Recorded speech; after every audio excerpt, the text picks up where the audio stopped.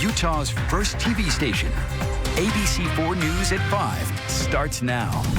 Good evening and thanks for joining us for ABC4 News at 5. I'm Jordan Tracy. We begin our show with our fire tracker as the Silver King fire has seemingly begun to burn out of control.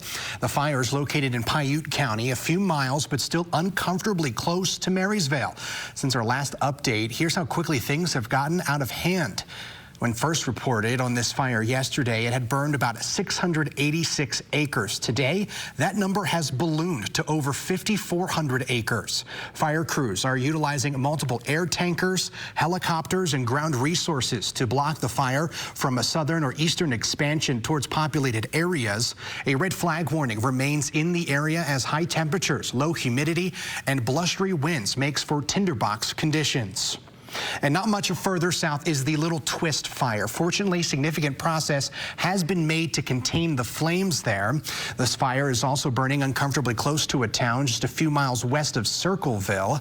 As of the last update from Utah Fire Info, the fire is now 40% contained.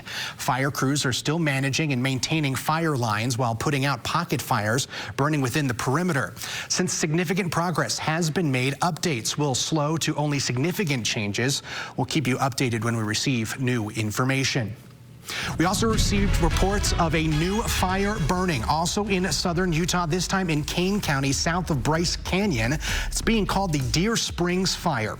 Early reports, when discovered, had it burning at 500 acres. The Utah Fire Info interactive map now has it at 1,200 acres. No word on the cause at this point, but it's also being reported that there are no threats at this time. Let's get a check for the first time of weather with Seth Sanders. Now, Seth, it's these dry conditions, this hot weather that is causing all of these issues with fire crews today. Yes, unfortunately, when we have these dry conditions, the heat, the wind, it can be dangerous, and anything can spark up, really get dangerous very, very quickly. We actually got a picture of that Deer Springs fire sent in from Judy Keel. Thank you, Judy, for sending that our way.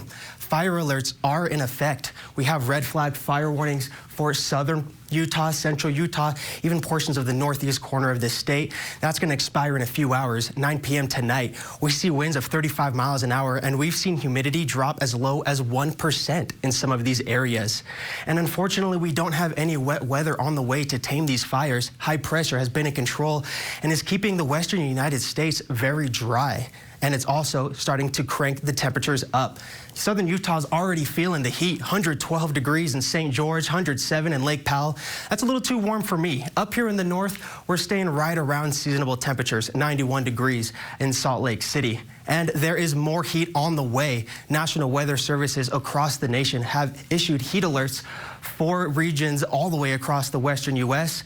We have an excessive heat warning for portions of St. George and Lake Powell, and much of the western half of this state is in a watch. We're going to break this down, talk about what temperatures to expect and when in my full forward forecast in just a few minutes.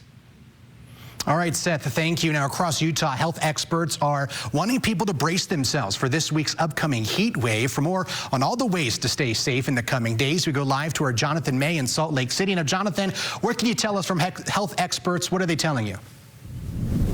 Well, Jordan, the best thing I've heard from them is to beat the heat by The crew spent the 378 days inside the 3D printed 1,700 square foot habitat doing experiments. See there. See there.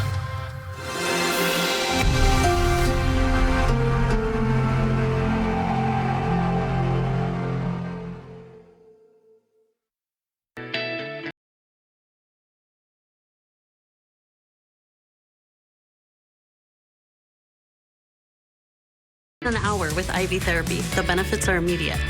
For more tips, visit abc4.com.